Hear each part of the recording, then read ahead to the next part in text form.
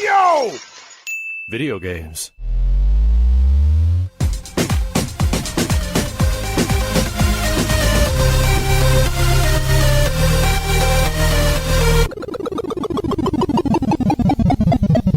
What up, dudes, and welcome back to the YoVideogames podcast. I'm Matt. And I'm Andrew. It was again, thank you to our generous patrons who get us going for 400 episodes. Yeah, if you're interested in becoming a patron at any level, please check out patreon.com/YoVideogames podcast. The dude of the week is Danny Himura.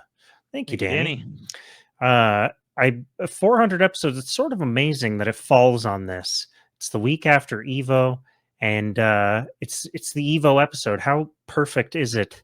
Yeah, to hit on 400. But before we get to that, we have a sponsor to thank. Of course, we're talking about Manscaped. Manscaped. And it's not just for your balls anymore. No, they're including your face, maybe your whole body. You could use the Beard Hedger Pro, what I'm holding in my hand right now, probably on all of your body hair, but it's meant for the beard. And I just cleaned up my beard, got rid of my mustache. I might bring it back. I don't know. I used mine right before EVO. It took literally a minute because it works so fast and well. Just good to go. Like you don't have to sit there and 1, 2, like a shitty beard trimmer that doesn't work too well, and you have to give it multiple passes. Nah, it's get up and go, because that blade in that one is pretty sharp. Yeah, pretty sharp. Unlike the other products, which are gentle.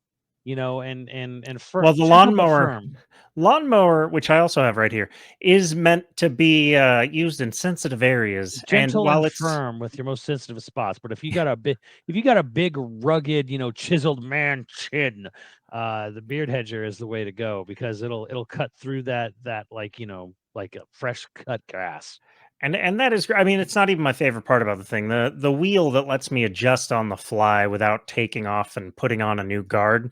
That's my favorite part. It's also super easy to clean. Just pop it right off. And you can brush it. It doesn't have a bunch of gaps for hair to get into. Although I didn't clean it after I used it earlier today. So luckily it's not ball hair getting all over my desk. It's just my beard hair. Just your top ball hair. I mean, your double chin. I mean, your what?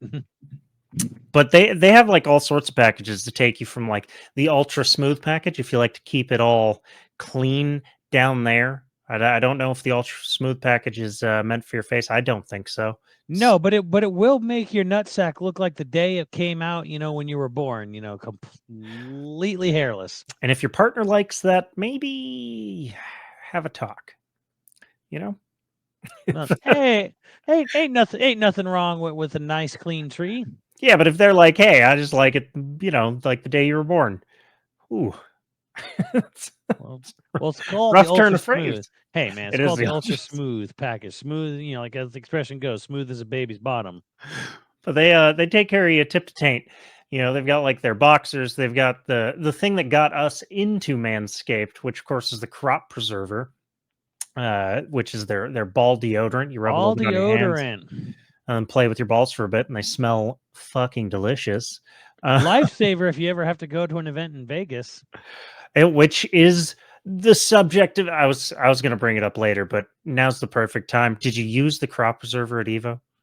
Crop preserver. I used my Manscaped products at EVO this year. Yes, they're great, and I smelled wonderful. But if you're interested in checking out any of Manscaped's products, be it the boxers, which we also love, all the way through the crop preserver up to the Beard Hedger Pro, please head over to manscaped.com. Use our code YoVG, all caps, for 20% off and free shipping worldwide. That's code YoVG, all caps, at manscaped.com for 20% off and free shipping worldwide. Your balls, well, thank you. Oh yes, we are. I am back from EVO. I didn't get to go this year, and I didn't get to experience Con Funk, but I'm hoping that it was less. There was a lot of emphasis this year on taking care of the stank, not just from us being sponsored by Manscaped, but also from I feel like there was a strong social media campaign. And as Steve said, and I kind of I had the same reaction. It was the most crowded EVO's ever been, but it wasn't smelly. I never really ran into anything. I think there was one time I was meeting someone who was in a tank top, and they were just a tinge fresh. But if Tree, if you're listening, it's not you. I know you wear I know you wear tank tops. I'm not talking about you. I'm talking. There was just someone else, like who I was like waiting in a line somewhere, and they're in a tank top, and it was like I was getting like the very like beginnings of like this person's starting to ripen. Well, it's hard though, and in any of those events when you're sweaty and stuff, that's why you got to keep it on you. That's why you got to have the crop mop. Just Yeah, saying. but but like overall, like we'll start with Evo, and I guess we'll just kind of like move on to the industry as a whole. Evo was really good this year. It was really big. It was really crowded. Obviously, a lot of people were jumping in. 7,000 entrants for Street Fighter 6 because everyone wants to get ahead in that big $1 million prize for the Capcom Cup. It And this was like insane. This was the big one of the first big events, I guess like road stops. And then, like the winner of this is obviously going to get like a big leap ahead when it comes to the Capcom Cup Finals. It's, It's yeah, all so how does that work exactly? It's a point based thing, right? So Like every event you participate in, you accrue points towards. depending on your ranking, right? Like if you win one of these events, you're pretty much guaranteed a shot at the Capcom Cup. Like straight up. Hell Like, yeah. So Angry Bird, who won Street Fighter 6, he's gonna have a spot at the table. I mean, he was gonna have a spot at the table no matter what, but like, Menard, I think was second, and he's gonna he's probably I can't imagine he didn't, but Menard loves to travel. He's a heavy traveler, so he'll be at many of the other, if not all the other Street Fighter 6 events. So but as it was, Evo was really nice this year. Then the mayor came out, gave the key to the city to Evo. Like the arena was packed for the first time, like fully I packed. saw a video, or I saw a photo where the arena was just like, I mean, to the brim. Yeah. I don't think any of the years I've been, I don't think it was packed like that. Yeah, and I didn't see. There were two finals I didn't really see too much of. I didn't see the Marvel vs. Capcom 3 final. It looked like a lot of mirror matches to me. So people were saying they were so excited and happy to see it, and I'm just kind of like, yeah, fucking Zero and Virgil loops over and over. I don't know. I want Marvel to come back, and it's great that it had a packed stadium to really emphasize the point of how much people love Marvel versus Capcom, even though it feels like right now, like Marvel like is a chicken with its head cut off, running around like miscellaneously. But I mean, I guess we'll get to that. And then it was Tekken Finals, which I would say was better than usual. Because a lot of times you get a lot of, but every so often you would see the Tekken, champions kind of fall back into that sort of like they'll even be right next to each other, just kind of like shaking. Like every one of them, they're just like like you could have like zoomed in, played Enrico Morricone music, and just like had a straight up good, bad, and the ugly standoff. Sometimes they would literally just be staring at each other, like waiting to see who's gonna blink and make the first move. So is there that it's that easy to like finish someone off if they make a mistake? Yeah, because Tekken's all about punishes, Oh, and right. and, Okay. and no one wants to whiff. And this is exactly why Tekken 8 has what's called a heat gauge system. So they basically have made all these advantages to being aggressive in Tekken 8. They made they added basically it's like you activate your instinct mode, your trigger mode, like and like you become faster, you become a little bit stronger. So it's kind of like I want you to fight. Like everything is like pushing people to be offensive. Like it's really kind of like trying to get away from the hyper defensive, wait for someone to swing, whiff, and then like punish them for a while. That Tekken 7 kind of became. And as a casual observer, it's like, yeah, like I'm happy for that. I'm really happy for that. Goddamn. Way more exciting to watch, yeah. Way more exciting to watch. But it had a couple of really great announcements for characters. They had the character Raven, the he's a ninja. And he looks like Wesley Snipes, looks exactly like Wesley Snipes. And his stage is like this weird, like dream hellscape that like morphs into other old stages from other Tekkens. It's kind of neat. But then they had this character, and Harada even tweeted about this. Like they show the first thing in this trailer, and I'm almost tempted to see if I could just find the image because I don't know if you know about the character Azucena who is announced. Oh yeah, So this is where they showed like Machu Picchu and showed Harada Machu was- Picchu, and I was like, Machu Picchu. And then like this other Tekken player was reacting, and he knew right away. And Harada commented like, "Wow, you knew exactly where it was before we said." And I was like, "I knew it too." But like, yeah, for me, I was like, "Holy shit, Machu Picchu!" And yeah, I was just saying as a Peruvian coffee queen, I guess, like if she runs like a coffee enterprise there, just inspired by, I guess Harada said it was inspired by his trip to Peru where he just kept drinking coffee because it was so good there, which is Machu like, Picchu closing to the public soon. yeah, I can't remember if it did already or didn't. I don't know. I'm a little like annoyed. Like, it's one of those things that like pisses me off about humanity, where I'm like, stop fucking touching everything. Yeah, I But think they're doing it. I think they're closing it in 2025. Well, Machu Picchu is very cool for the okay. There's probably a lot of people like, what the fuck is he talking about? There is an ancient Incan city at the very top of a mountain that's kind of was like abandoned and sort of left untouched, got weathered by time, you know. Obviously, it's not full, complete structures or whatever, right? But there's walls, houses, rooms, chimneys, like, you know, things you can Yeah. clearly make out. And it's at the very top of a mountain in the Andes mountain range. I believe it's the Andes mountain. Boy, I hope I get that right. Anyways, so it's like it's this pre-conquistador civilization, a whole city, the very top of this mountain where like the clouds, you know, might scroll below you even, and it Yeah. looks really fucking cool. And it's like I don't know if it's a World Heritage Site. It should be. But like it's like this insane, amazing archaeological find in this remote area of the mountains where there's a whole ancient city, kind of like that was abandoned and left as it was. And there's a bunch of, you know, of course they've offered a lot of tours to go up there, and tourists of course have to try to like fucking take souvenirs and bricks and rocks and, you know, fuck with shit because, you know, white people are just white people. My understanding is that a lot of it is the cars, because nobody wants to do the hike. If you do the hike to go up, it's way less destructive than just driving Why up, would you drive up there? You're in like the because the hike's brutal. I, The hike is legit brutal. You have to be in shape that's for it. that is part of the experience, that you have to go up on you have to take a hike up through, you know, the wilderness, wild terrain in South America to get to the top of a mountain where there was a fucking city.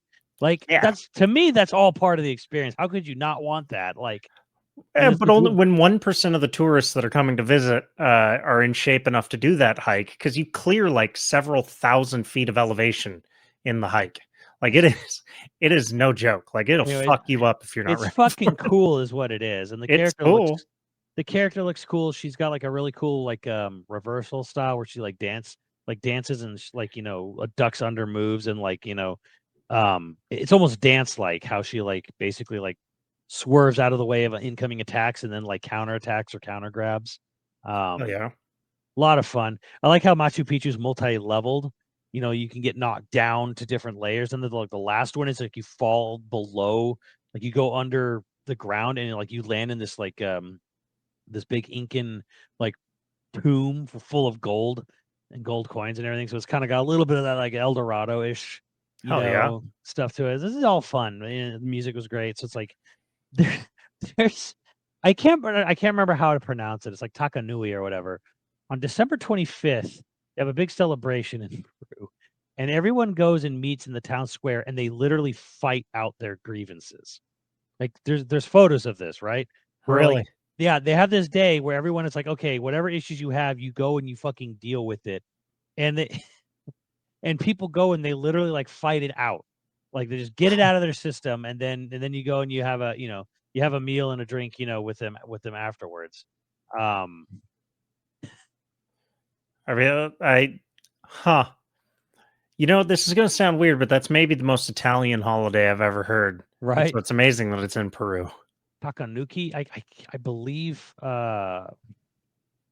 I ever tell you that story? Like right when we got to Rome, we were walking down this road going to our hostel from the train station, and all of a sudden this like 60-year-old man gets thrown through a window, and it was an open window. He didn't go through the glass, but he went through like a trellis, you know, like that like thin wood that holds up vines and stuff.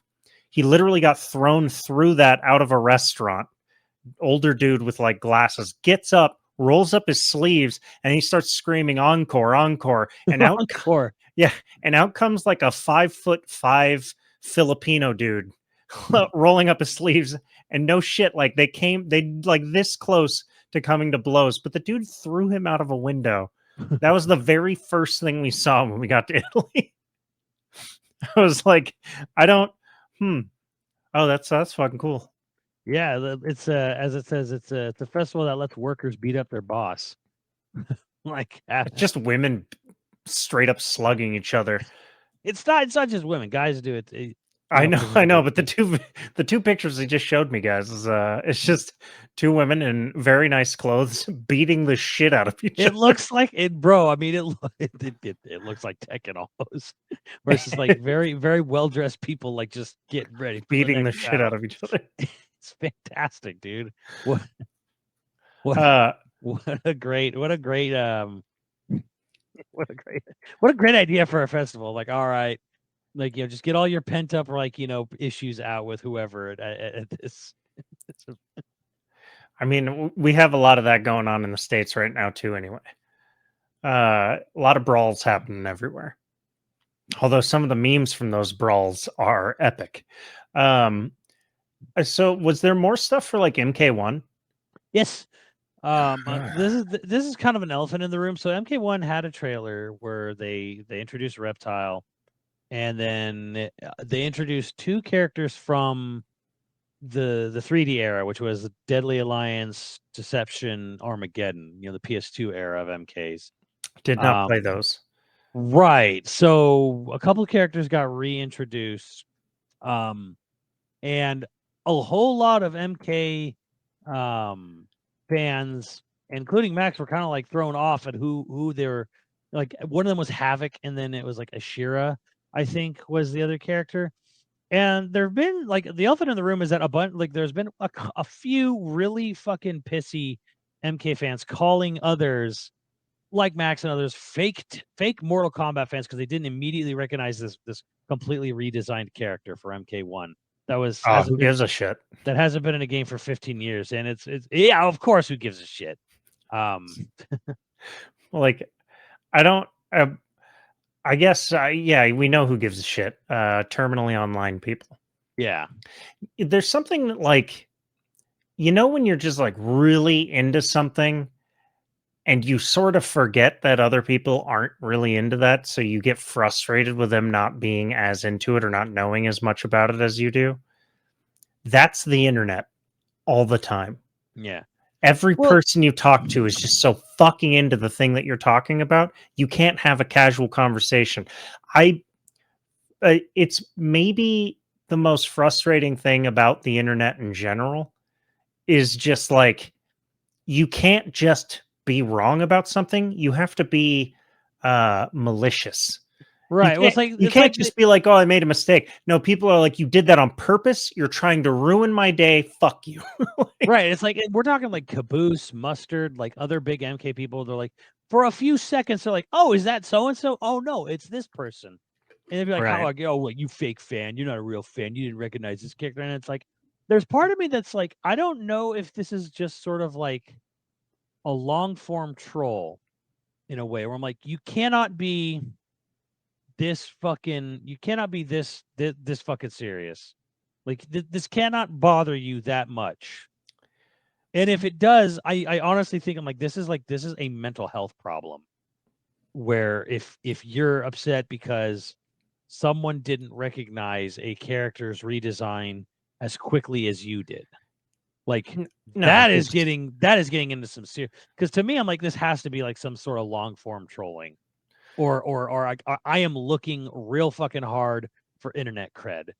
I am looking for attention, right? Which is kind of like usually what it is, right? But if like literally, like, I want to punch a hole in a box, you know, and, like, you know, break computers at a convenience store or whatever kind of thing, because someone else didn't know, it's like, this is like, you need many years of therapy, many fucking years. The biggest demographic for social media is the 13 to 18 age range. Right.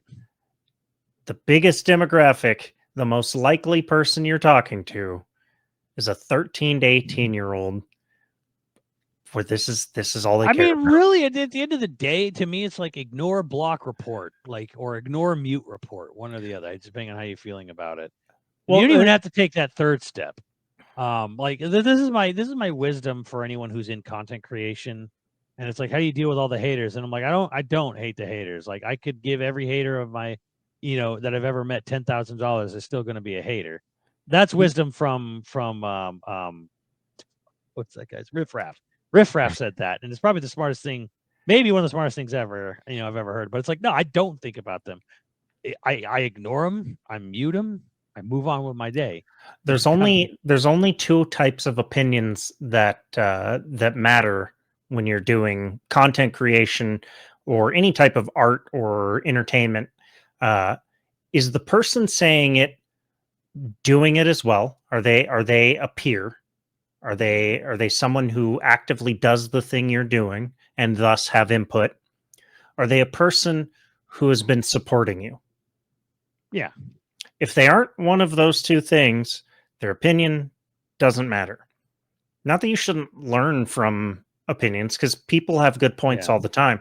It's just that, like, if somebody has been supportive or has been, I guess, use the podcast as an explanation or assist me. Mm-hmm. If you get comments from people who have watched all of Assist Me, have supported Assist Me, and they give feedback saying like, "Hey, this is a character I'd like to see," versus somebody who's just all like, "This show sucks." Well, which opinion matters? Like, I'm making a show for free to entertain people. Right. A person who I know has watched and enjoyed the show wants to see a character and is disappointed or something by something Yeah, they did. and That matters to me. that reminded me a little bit of, like, this was a while ago, probably years ago now, on my stream. Someone came in and was like, "Hey, I sorry, name, I discovered you through Assist Me." It was like, and I was like, "Oh, very cool. Like, I loved watching." They're like, "Yeah," and then like he kept talking about like how great Assist Me was. And I'm like, I have an inkling where this is going, and I was proven right eventually. And he was like, "Oh yeah, you guys should, you should do one." I don't remember, like, I can't remember what the exact example was. It was like, you should do one for Dragon Ball or something like that. And I'm like, yeah, we thought about doing that, but things didn't line up. It's like, well, people really love it. I think people are. I'm like, okay, here we go. Here it fucking comes. Buddy's right, and we did try to do one. I was gonna play. Fuck, what was that character? I had the mustache. I had grown the mustache. Oh, Hercule or Mr. Satan? No, not Mr. Satan. He was a Saiyan, I think, or he wears Saiyan armor. Why am I blanking on his fucking name? I don't know. Because Mike wrote the script, and we were really thinking about doing it, and he was like, we were gonna basically make the armor, and he wanted me to play the bald guy. God, why am I blanking on that name? And he was gonna play like a Vegeta or something. Well, point is, this. I mean, like, kind of not the point, because I literally explained how, like, well, we had thought about it, we met about it, we were looking into doing this, and then, like, things happen because it's a lot of moving parts. Sometimes doesn't happen. Yeah, and it's like I kind of tried to explain it, and then, like, I kind of had an inkling where this was going, right? And Nappa. then I don't think Nappa has a mustache. Yeah, he does. Wait, yeah, he does. Yeah, he does. He has was it the Manchu or like he does handlebar? Yeah, it's just a handlebar mustache. Handlebar mustache. Yeah. He has a handlebar. And I kind of tried to say, like, and I was like, they're really hard to do. And I tell people this day, I have no shame saying this. I'm like, they were really hard to do, and they lost money every time. Like, they cost us more to make them. We didn't make them for the money, but it's just like, it's a very long, hard process that you have to do to lose money. So I say, and the money's not the reason, but you have to have passion to do it. If everyone's not passionate about doing it, it's really hard. It's really hard to get that going. Because the thing is, we want to love the game we're doing. And that was kind of the big thing. And like, the real thing that kind of ended Assist Me more than anything was just that there wasn't the game behind it we were all passionate about covering, especially Max, who has to do the tutorials and all the editing. So it's like, like, it was usually like, and so the last game that we did do Assist Me stuff for was Mortal Kombat X, which was probably the last time Max was really, really in love unequivocally with a fighting game. Street Fighter 6 is obviously a new case. Like we like this great game's great, but it's like, you know, Injustice 2. We did do an Injustice 2 skit. We You know, did, a single one. You know, we did do, you know, like, and I don't think we did anything for Mortal Kombat 11. We didn't like Mortal Kombat 11. We didn't. We were going to do more for Injustice 2, but we didn't end up doing more for Injustice 2 because Justice 2 turned out to not be that fun to play. You know, there was a series of games. Street Fighter 5 was like a fucking disaster. You know, for years. Tekken was good, but it kind of had to like earn its way. You know, slowly built itself up, kind of thing. Dragon Ball was cool, but it was also really frustrating, you know, due to like some of the way the mechanics are working in the game and how good certain characters were. So, yeah, but anyway, so yeah, it ended up with this guy, and I knew this was where it was going to go, and then he was just kind of like, oh, you guys, you know, don't care about your fans, you know, you should do it for them, da da da da da, and I'm like, yeah. so I'm like, okay, am I actually? It got to a point where right when it started to get accusatory, like, you know, anger, I was just like, all right, man, and I didn't even sit there like, and I was like, look, here's the thing. I would love to be able to do things that make me lose money to keep bringing entertainment to people. I would love to do that. Reality is, I have to eat, and I live. This is really how I ended the conversation. I was like, "Well, we have to eat." So, and they're like, "Oh, well, you make all this money." I'm like, "Yes, we make all the. You know, we've made money through sponsorships and stuff by not doing Assist Me. Like that is the point too. Part of the point, but it's like, yes, I have to eat, so I have to do things that are going to let me live. And if I have the ability and I have the passion to do something that I know is going to be very hard and a literal financial drain, I will absolutely do it. I have no problem doing that. But I have to. It has to be the passion has to be there, and you know, everyone has to come together because anyone who's ever made a film project, you know, they know how many moving parts have to come together to make it happen. Most people have no fucking idea how much work it takes to film. Film and write and edit and direct and get everyone on set and get everyone, you know, everyone on board and everyone in sync with their lines, with their placement, with their people have no fucking idea how much work goes into a production, a filmatic production. And then you start bringing costumes and effects, practical digital effects into it on top of all that shit. People don't know what fucking goes into this shit. And the thing is, it's like I could have all your pieces together, but one or two people are not able to make it, and you don't have anyone to back that up. What do? You can't like, oh, let's make Assist Me. It's Assist Me about Dr. Doom. I'm not available. Let's say I broke my leg. I'm in the hospital. It's like other people could maybe cover because I am a fully covered character, but it's like, let's say it wasn't, you know, let's say it was like someone like Wesker or something like that, or like we had this guy, we had someone who we were gonna like was we didn't, but like let's say we had someone playing Goku who was really fucking buff, and then he literally like, you know, like he had a heart attack or something, right? He couldn't play Goku anymore. I'm like, do you know anyone who can play? No, like what are we gonna do? Like we have to shoot today. Like let's say say he had a heart attack the day before, got in a car accident the day before. It's like, what do? It just doesn't get fucking made. Topical to end this subject. William Friedkin, who just recently passed away, he's the director of The Exorcist, Cruisin' to Live and Die in L.A. Just an epic. I think he also did like The French Connection. He has this quote about filmmaking. He said, "If you want to make films of any sort, of any length, of any size, the one talent you have to develop is you have to get really good at eating shit. You just have to eat shit all the time." Yeah. And that's all it is. Like, I really like filmmaking as the process and stuff. Man, it is. You know, it's like haters almost feel like they almost feel like people who are just like bitter that like people like SAG-AFTRA and writers are on strike. You should just make that Marvel movie anyways because people love Marvel. I don't give a fuck if you can eat or not. Yeah, you know, 87% of SAG actors can't afford health care. Right. So it's like I don't give a fuck. Like I don't care if they can eat or not. They should just be glad to have a job where they get to be in a movie. And it's like, well, that's what Hollywood's built on, right? Like that's all of Hollywood is built on a model of exploitation in a way. Like it requires Right. you to Well, want to I'm dream. talking. Yeah. I'm just talking about like the people online who are just kind of like, I don't understand what the fuck. I don't give a fuck. 13 to 18-year-olds. You know, just do the job.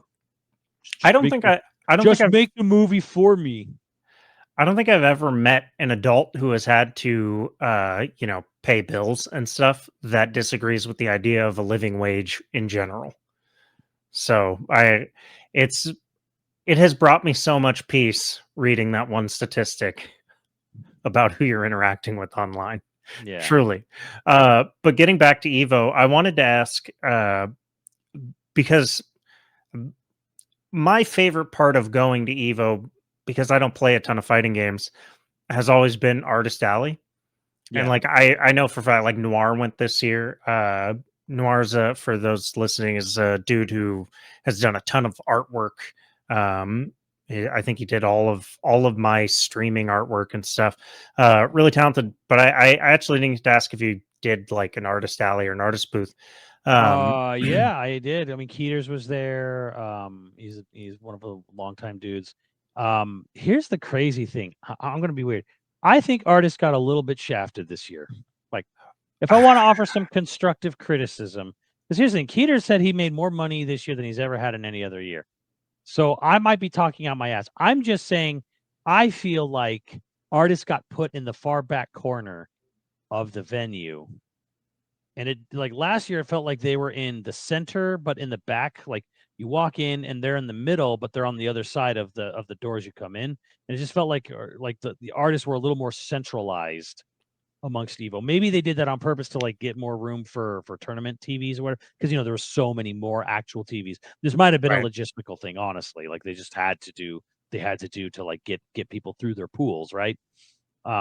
Pools being like the very bottom of the brackets. Get through. There's 7,000 people we got to get through, right? Yeah. So I felt like, man, it feels like artists kind of got put into a corner. Same with the indie devs, personally. But that's not a bad thing necessarily if it But sort of funnels people. I have heard the artists did make good money, so that's good. I guess I get to shout out this person again. It's right here.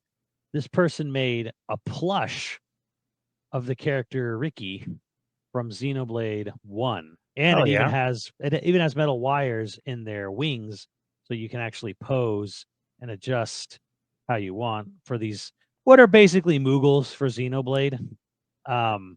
Kamaniki Illustrations. I think they just go by with a Kamaniki. I believe they're just, on the Twitters and all that. Hold on, let me see here. Yeah. You mean X? What? They're on X. They're on X.com. I thought you were making a Xenoblade joke for half a second there. No, but it really fits, right? Yeah.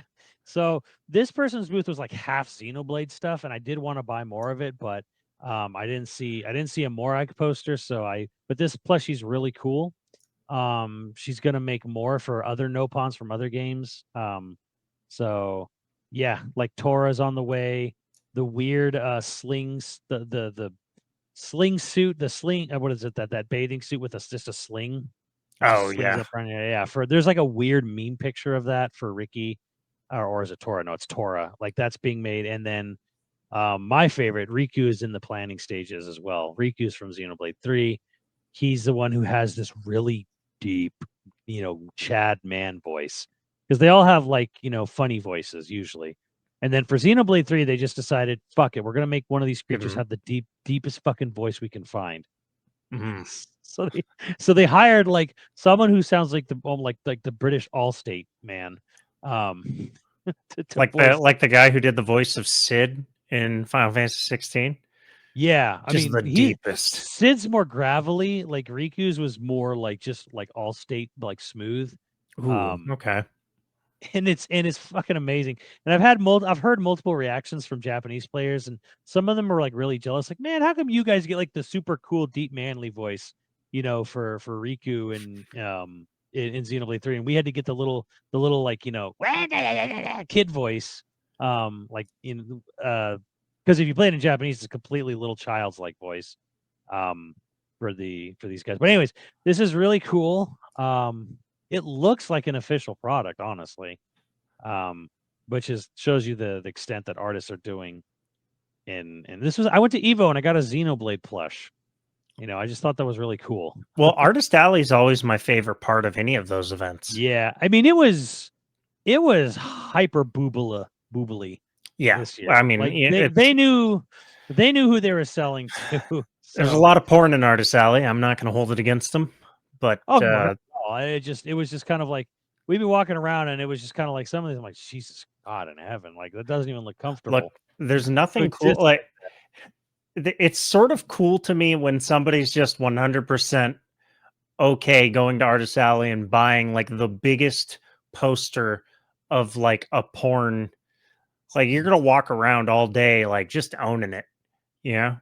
Oh yeah, and people were. Yeah.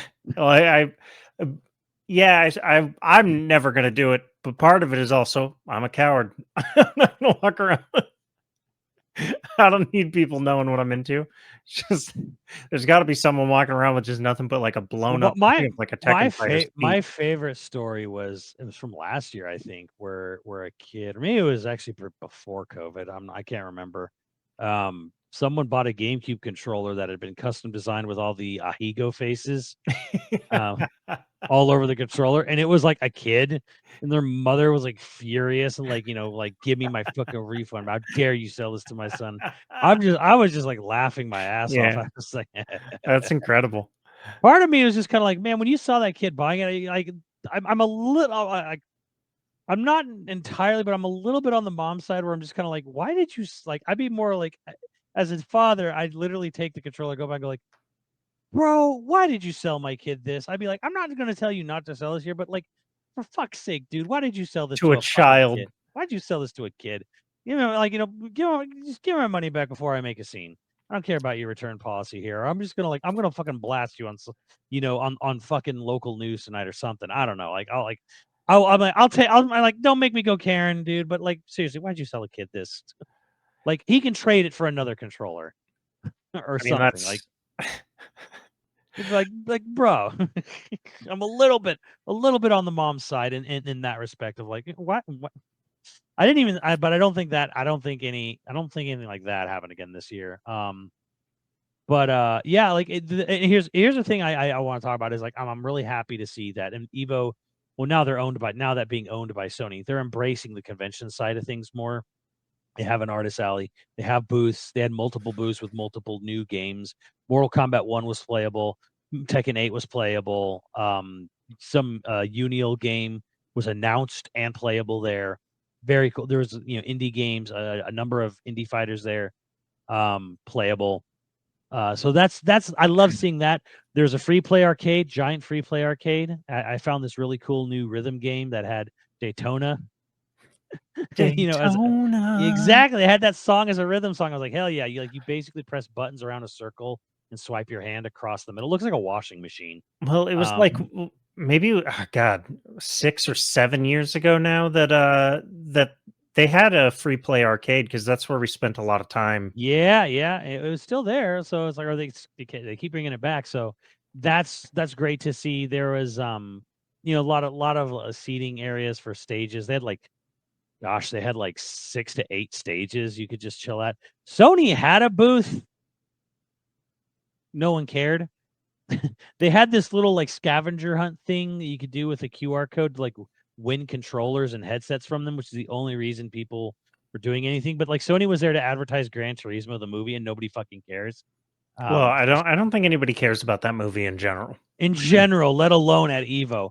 Project L was there, had a big booth, lot of playable builds. They even put Project L into 4 arcade cabinets and put it in the free play arcade as a second place to play Project L. Really? Yeah. So, How much of a line did it have? Project L had a pretty damn good line at all times, but they had a shit ton of demo units. And the arcade was like the tech. You could go there and wait like 1 or 2 people to play the arcade version. I wonder if they're ever going to bring back, well, maybe they did this year, like the 24-hour, like where they're playing like the documentaries or the movies and stuff. Like what year was it where we all went and watched that documentary at like 9 or 10 p.m. or something like that. Oh yeah, I know what you're talking about. Yeah, they were open till 11. Here's other constructive criticism. The one thing I think Evo still hasn't figured out, I don't know why, and maybe this will change. Who knows? I don't know why you have Friday and Saturday as your exhibitor day, right? That's the day that the tournaments go on, and you have arcade, artist alley, booths open, right? They're open till 11. Most of the sellers don't stay till 11. No, yeah. You know, they close shop and go home at around like 8 or 9, understandably. But why is Sunday just grand finals in the arena? Like, Oh, there's no exhibitors. there's no exhibition hall hours on Sunday still. I still can't figure out why the fuck they did it this way. They still do it this way. It's Maybe the they most just need that time to break down. they don't though, because everyone's still there. It's like, and I know the artists have said they actually really wish, because they know everyone's still at Evo. Like, it would have been nice for people to go back and get that last art print or get that thing they missed, but they literally have 2 days to do it instead of 3. Even it's a 3-day event, but only 2 days are booths open, shops open, artists open, arcade open. So I know, I only know this because of when we were planning our wedding, and we looked at event spaces. But any event space, especially those bigger ones, they charge you for all the days of setting up plus all the days of breaking down. And so what they might have been doing is they might have been clearing exhibitors on that Sunday so that they could get out faster and not have to pay for any extra days at But then you Mandalay. have to do all the setup and tear down for the arena, which is a completely separate area of Mandalay Bay. So it's kind of one of those things where I'm like, next year I really hope they keep the exhibitors open at Mandalay Bay. Like I still don't understand this. It's the only, I've never seen a place like this where it's just like the event is 3 days, but the third day it's a separate area, separate ticket, separate cost. And like, because artists wish, the artists I talked to just all said like, hey, I wish Sunday was open so I could sell more, so I could Wow. because the artists, they come in like the night before, and then they basically are there, Sunday. But now it's like I've lost a day of work, because it's not like I can just pack up and go to another convention somewhere else in the country, on a random Sunday just to make up that day or something. Right. So I do sort of wonder how much they charge exhibitors to be in the hall. It's probably a percentage thing, but it's still, I have no idea, but I what year did Sony take over? They took over last year. Yes, 2022 was their first year. I sort of wonder if this is going to become the norm, where like there was like a slump year where we went and Evo was actually quite small. But then ever since it's gone to like Mandalay, it's been big every year at Mandalay, right? Yeah, it was pretty. I felt a lot quieter last year. Well, that was the first time post COVID, right? It was. Yeah, so nobody was sure. This is weird, but I sort of feel like there's a little bit of a mania happening right now, where like everyone's bubbling with like energy to like go do stuff. Like, Yeah, all that COVID lockdown, turmoil that happened has sort of like finally, like, this is the year where people finally feel like they can go do so. So like every national park is like to the limit, to the point where they're literally overflowing with human shit. So many people are visiting national parks across the country. Every like tourist hotspot, all over the states, but like all over the continental, well, here's the weird thing I read. North America, like, Vegas and Chicago are having a massive uptick in visitors. yeah, it's here. Everywhere's No, having this it's not. huge. No, it's not. Florida's not. Florida's having a bizarre, huge year-over-year crush because everyone went Well, last year. yeah, So people this year, want to they're use going that to as a other. gotcha on Florida. Look, I get Well, it. it is weird, but I think it's everyone is going to different places this year. Yeah, Also, fuck Florida. Florida had a huge jump up because it was basically the only place that stayed open for like the 2020 2021 during those slumps everywhere else. So yeah, compared to the 2 years where it had record breaking numbers, yes, it's in a slump, but it's still busy. Like I have friends that have gone to Florida. I had friends that were in Key West and Miami, and it was fucking packed, like jam packed, like shoulder to shoulder on some blocks. You're just like packed in with people, everyone there partying and stuff on the beach and shit. So it is still busy, but yeah, compared to its two biggest years of the last century, yeah, all right, it's gone down, I guess. Like, well, year to year, 22 to 23, I'm saying is like right. a huge slump. Yeah, but From last year. 2021 and 2022 were banner years. Like Right. it was banner years for Florida. It's My just point weird. is everywhere is having this huge, like it feels like a mania. I hope Well, I feel it'll it go keeps up. away. I think it's going to go away next year. I think people are going to get their travel out. And you know, Well, and here's the thing: people are apparently coming back from EVO with COVID. Justin Wong got COVID. He posted that today. yeah. I guess others have. I'm going to test myself. Tomorrow probably just to double check.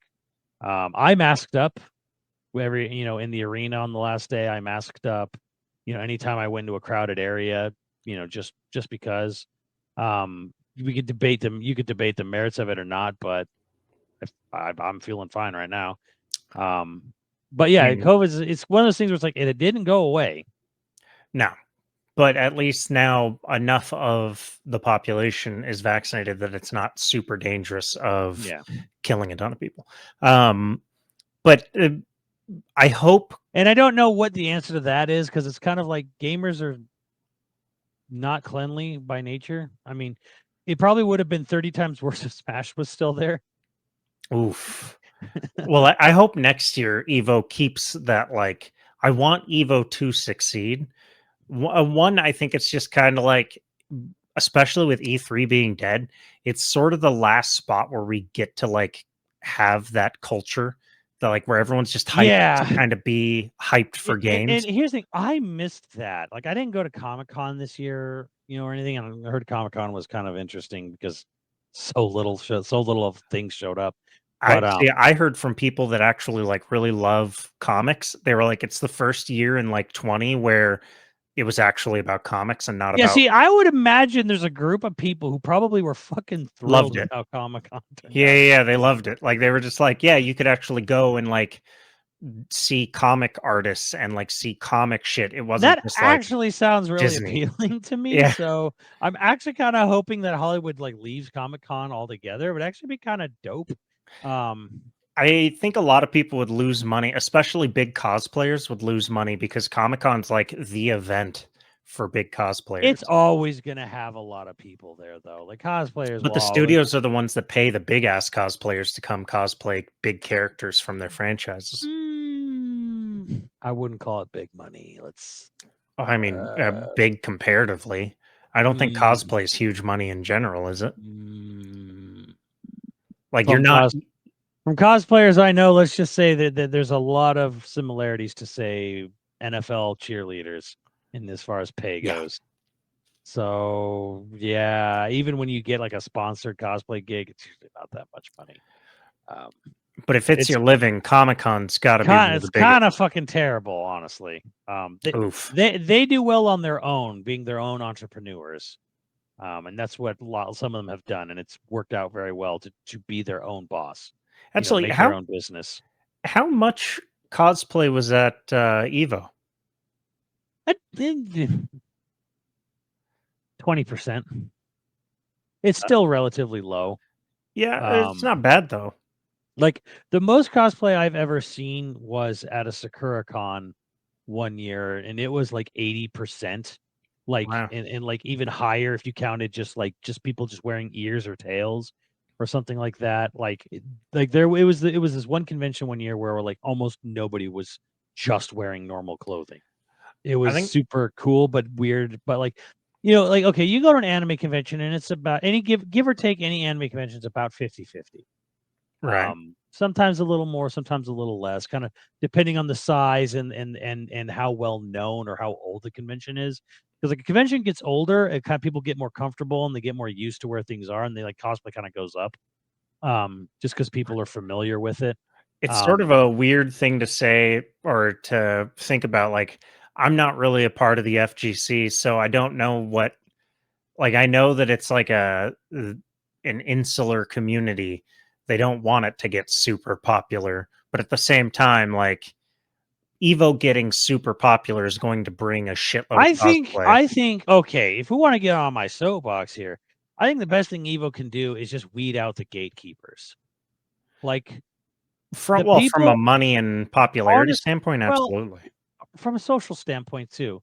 These people are bringing fucking nothing to the table here, and they're actively just being shitty. Like and I like people like I know Wooly basically like have this whole mantra of get into fighting games, right? Hmm. And I think the best thing to do, honestly, is just to weed out the people who don't want other people getting into fighting games. Who are like, oh, you're not hardcore, you're not a real fan, you didn't devote yourself, like I have devoted myself to the story and characters. You haven't like trained as hard as I've trained. You haven't put in the hours that I put in the hours. You haven't put in the work that I put in the work. You shouldn't be here. You didn't belong. This is for true hardcore. Those people I am a just need noble to go. samurai. I don't even care if they're fucking good at a fighting game or really good or even top 8 good. I don't even fucking care. These people gotta fucking go. Like the people should just Evo should be for everyone kind of thing. And people who love fighting games or want to have an inkling or an interest or whatever, they should be welcomed in with open arms. Honestly. That's my feeling on fighting games in general is like weed out weed out the gatekeepers. There should not be any gatekeepers anywhere. Well, Kind of thing. I don't want Evo to become a general convention, but I do like the idea of it No, opening up a little yeah. bit. Right. Again, I'm not saying like, hey, Evo should just be E3. We should just have every Right. kind of Yeah. game. No, I'm not saying that. I'm saying yes, it should be about fighting games. Make it about competitive games. That doesn't need to change at all. But the idea that like oh, it should only be for the people who really truly care and follow this. Fuck that. It should be for anyone who's ever interested in checking out a fighting game. That should be because Project L is going to be a disruptive force because it's League of Legends. It's this hugely massively popular thing. It's going to bring a lot of people in, I think. And there were a lot of people there. There was a hugely popular streamer that I hung out with. I'm not too familiar. Esfon or Esfron. I'm probably pronouncing this guy's name wrong. He's a big IRL streamer and he played League and he was at Project L a lot. So Esfon and I were playing League. We were kind of like learning because we were like I was kind of casual. He was like very new to fighting games. Like I kind of understand terminology, but he was brand new. And then we did like a community thing at the Project L booth where we had people come up and play me, Kenny, and Steve and Esfon. We would play against them in Project L. And then at the end of that whole shindig, someone came up. I didn't know who the fuck this person was. This just should tell you how out of touch I am with the rest of the big streamers. It was Pokemon. I didn't even know who this person was. It like at one point, Steve. Oh, I don't want to out Steve again, but like at one point, like something, Steve knew who it was. Hell yeah. No, well, no. Well, there it goes. But like, I'm just like, I don't know who this person is, and cool. Like they were new to fighting games, right? The only thing I could tell was okay, this person is new to fighting games. They had like one of the big VIP badges. So I'm like, oh, they must be, and we're in the Project L booth. Must be a League of Legends streamer. That's pretty. I surmised that. I didn't realize it was one of the top streamers of all time. Yeah, because I mean, don't watch. I just don't watch other streams. So I saw the person that I'm like, I don't know who this is. I have no fucking idea. And it's not a slam on the person at all. It's just kind of like I live my life. I record podcasts, I edit videos, I do my own streams, and I don't have fucking time to watch anyone else. Well, it is sort of interesting how like sectioned off the internet has become. Where like there is no like melting pot. Like you can very easily never interact with some of the biggest names. Like it's weird how It's like I like know the name. So when people said, "Oh, siloed. when people say, "Hey, that's so and so," I was like, "Oh yeah, I have heard of that." That's a big deal. That's and that's the thing is that like you get people like that coming into play a Yeah. fighting game at a fighting game, tournament / convention, and that's a good thing. Yeah, it's huge. Because It gets a lot of eyes on it. it's getting new eyes on the thing. And Project L is a lot of fun, by the way. So I want to point that out. It's a 2v2 fighting game, but the emphasis is on having 4 people play it at a time. So each person controls a person in the 2v2 match. But it's not So 4 people on screen at once, right? sometimes, sort Oh, of. So it's like a Kinda. Smash Because style brawler. the other person can tag in, or I'm sorry, you know how like in Marvel you can do assists where character Right. comes in, does a move, jumps out. The second player controlling the character off screen, they choose when they come in and what assists they do. Oh, fuck. Okay. That's So you cool. get like this, you get this weird synergy where it's and the other player, the second player, is in control of combo breakers. So if you're watching, you know, the person on your team getting beat up, you can initiate a combo, but you jump in and blow, like knock the person back. Obviously, you can't spam that. You know, there's cooldowns on shit and stuff, right? And there's like 3 to 5 second cooldowns on assists. And there's like and here's the crazy thing. Say you die, right? And the other guy, you know, the person you're playing with is in you know, still fighting. You know, Mhm. they're trying to win. You can still do assists Oh, hell yeah. and breaks, but you have a 10-second cooldown. So if your character's dead, you can still call them in to do assists, or you can still jump in and do an assist attack, but you have a longer wait between them. So like So do no you one's think ever this really is gone. you think this is gonna be a big tournament fighter? I think it will be. I think it's really cool how they're really trying to incorporate foreplay. And you can, and by the way, if you say you don't have a partner, like you just want to play on your own, it plays exactly like Marvel, where it's like you call in the assist with a button, you know, which assist that someone jumps in does and jumps out, right? So like Hell yeah. you have all the control, and then like you'll just play. If you tag out, you obviously you take control of the character you tagged out. Like you know, it's just like Marvel style, but it's kind of fun to like jump in, tag in, and like you could like, you know, tag in and like take over, you know, like, oh, help me out here, like I'll jump in and take care of them, How right? much do you need to know about League of Legends to learn Project L? Like, I don't know fucking anything. So fair. there were 4 characters. There was this baseball player with a time manipulation. He had like this big weird steampunk battery on his back, and Okay. he could do time shit, and he had like this big, like looked like a big Nerf ice cream bar baseball bat. Oh yeah. His name was Echo. If you League fans out there, I'm not sorry. There was this samurai dude who just looked like hot samurai, hard scarred hot samurai man. And Love that. he plays like Virgil and Strider kind of mixed together. Thank you, Clockwork, you know, for just putting all your fucking self inserts on this guy. But he looks cool, whatever. I played as the big ass fucking dude, you know, who has a big axe, big armored dude with a big axe. Kind of looks like me with the salt and pepper going on. If I was buff. But he was a lot of fun. Luckily, he wasn't so slow that he couldn't do anything, and he could connect a lot of shit easily. And then there was Ahi. That sounds like a tuna roll. Oh yeah. Ari. It was the sexy fox chick that's pretty much kept all the fan artists and cosplayers employed for the last decade. Is Arcane She's like the or she's like a water bender or something. Yes, Arcane is League of Legends. Oh, okay. Yeah, yeah. And It's a there's a great show. level. There were 2 levels. One level was in like the city that Arcane takes place in. Hell yeah. And one was just like in some fantasy forest landscape area. Looked like every fucking Blizzard game. Just art design wise, whatever.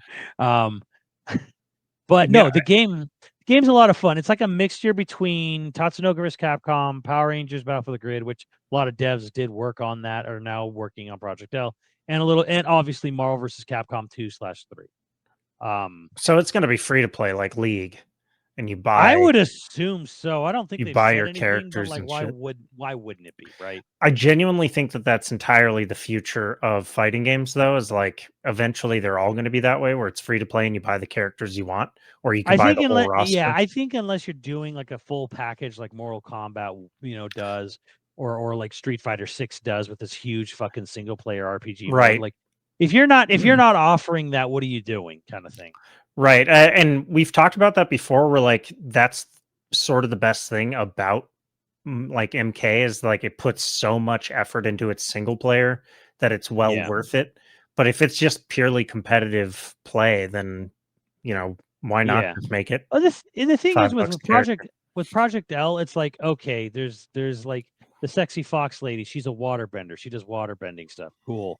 There's a big guy with an axe. You get it. There's like a samurai guy chewing on like a big, you know, straw, you know, a wheat straw or whatever. Yeah, I get it. He chops and does like dashes. And then there's like this guy who does like, you know, time reversal stuff, and he has a big bat. And batter up. He's like the scout, Hell yeah. from Team Fortress 2. Like you get it. Like it feels like they're choosing characters that make sense. I don't know what's going on. But the thing is, and the thing I always tell people is like we all played Street Fighter 2 for the first time at some point in our life, right? Right. Some point in our lives, we didn't know who Guile was, we didn't know who Chun-Li was, we didn't know who Ryu or Ken or Bison or any of these characters were. But you got it. Okay, sumo guy, American military man, karate guy, throws fireballs, Nazi dictator, cool. Bad guy, got it. Right. Just you get it. Like you look at it, you get it. So it's a lot of fun. It definitely doesn't seem to be falling into the hole that I think both Power Rangers and Marvel 3 kind of fell into. Well, granted, I don't know. I'm a casual. Where it doesn't feel like a game that's touch of death, or like all a character has to do is start a combo once and you'll And never you're get screwed. to play. Yeah. And you never. It doesn't seem like that's the case here. Doesn't seem quite like that yet. I don't know. The game, we don't have any idea when the game's coming out. But it's a lot of fun and it looks really good. It looks way better even in person than screenshots online. It's so super fluid. It looks like it's like pretty much almost at Guilty Gear levels, as far as like cell shading and shit looks. It looks good. It looks like money's been spent on it, even though it's only 4 characters right now. So overall, EVO was a win, but was there anything extra surprising? Like, was there anything? I guess that Sony did such a good job. I don't know that I don't know if Sony's really doing such a good job because I think Sony's kind of just letting the people who run EVO. I think the most surprising thing to me, and this is gonna sound like gooey, but the biggest surprising to me was all the words of encouragement from all the people who came up and wanted to take a picture or meet us or just say hi. Hell yeah. And how much they loved, someone, came up and said, "Hey, I love listening to your podcast," So, so yeah, just having people come up and just say they love the work we do and that to me is the best thing where and it wasn't I didn't really encounter anything like there was no drama or craziness for anyone that I saw, the only dramatic thing I can think of happened before EVO. It was like some online tournament. I think I like I don't know if we talked about this. It was like there's a Street Fighter 6 tournament online and someone had left their Chun-Li nude mod on. Oh yeah. And they were the host, and it's like, whoops. And it's like, well, maybe y'all need to stop being so fucking horny, but we all know that's not gonna happen. I can't help it. Okay. But no, like it was great, I was surprised Chipotle was the hero of EVO. So they were like the main sponsor. Really? And every time a Chipotle commercial came up during grand finals, people would just lose their shit. Like because they showed someone like grilling chicken and be like, yeah. So they turned Chipotle into a meme and hey, I caught a cool little backpack out of it. Hell yeah. EVO times Chipotle. Yeah. EVO cross Chipotle. Oh, is that like that's a Chipotle chili on there? Okay, yeah, that's cool. Yeah, it's a Chipotle chili. Is that I shout out like there was cool stuff to buy. Victrix was there. I got a cool Call of Duty controller for Victrix. I got what else did I get? Oh, I got it's behind me. I got a cool Akuma sweater. A sweater, like a knitted sweater of Akuma. All these Akuma sprites from S tier. So S tier, they make the rugs and the carpets and stuff. Yeah. So you check out their social media, their websites or whatever. They make like logos for like classic video games, a lot of fighting games, obviously, like Mortal Kombat rug at the bottom, stuff like that. All kinds of cool stuff. Yeah. Yeah. I got this Akuma sweater right here. Nadia just threw it at him in the background for anybody that's listening and not watching. Yeah, I got this Akuma sweater. Oh, hell yeah. I just S-tier. like it because it's purple. Purple's best color. I'd argue blue, but I can purple's there. Purple's up there, right? So yeah, blue S-tier, is the purple of primary colors. I mean, they had this really cool thing of like Cyclops handshaking Ryu on a carpet. That was something they were selling there. Mortal Kombat logos, CVS2 logo, stuff like that. Like, so yeah, if you really want to like you want a rug that'll really put the room together. Check out S tier stuff. I'm plugging S tier. I'm like, bro, I don't even work. Love I don't even work for them. They're just cool, you know. I like plugging people who are just cool. How about that? You know, I'm gonna plug my music box. This didn't come from EVO. This came straight from Japan. This is the soundtrack to the Xenoblade trilogy. But in a So it music got box. right. Yeah, well, it's not a music box. Oh, it's a box literally of music. It is a box of music. It is 20 CDs of music God damn. because they don't know how not to go hard. They only have one speed with the Xenoblade soundtrack, and that is ham. I guess final That's Pro Scion. You can't get that anymore. Sorry. I shouldn't plug something you can't buy. final question about Evo to round out the episode. Was there a meetup? Did Kenny buy his 100 beers? There was no 100 beer meetup How dare because he? the 100 beer place Gone. is. I don't think it is. I don't know if they offer that anymore. The $1 Michelob Ultras? I don't think that exists. I'm pretty sure it would be at least $2 by now with inflation. And secondly, that is very far away from Mandalay Bay. Everything's far away from Mandalay Bay. Not Luxor or the big pinball arcade. Is that where you want to go? You're staying at Mandalay Bay. You want to go over to Luxor? No. I actually, I don't even stay. I actually stay off strip personally. Like, there's to me, like, here's my Vegas tip: don't stay on the strip unless you're staying at the Venetian, because the Venetian is just a great. Well, yes, Venetian is great. Unfortunately, it's expensive though. Well, unfortunately, they're going into paid parking as well. I can't, for the life of me, figure out how we let this happen. I blame boomers. How we let paid parking become a thing in Vegas. That should be a fucking crime. Vegas needs to just have a better like subway system or tram system. Just Jesus Christ, those roads are so terrible. Ugh. Oh yeah, just pothole city, rough terrain. Like, I don't know. Like, again, Vegas is a city. It is a monument to man's hubris. It's the perfect place for Evo to take place because it is, the sin that they talk about in Sin City has nothing to do with titties or gambling. It's pride. It is our downfall. That's fucking deep. All right. As always, we've got producers to thank. If you're interested in becoming a patron at any level, please check out patreon.com/YoVideogames podcast. Dude of the week was Danny Himura. Thank you, Danny.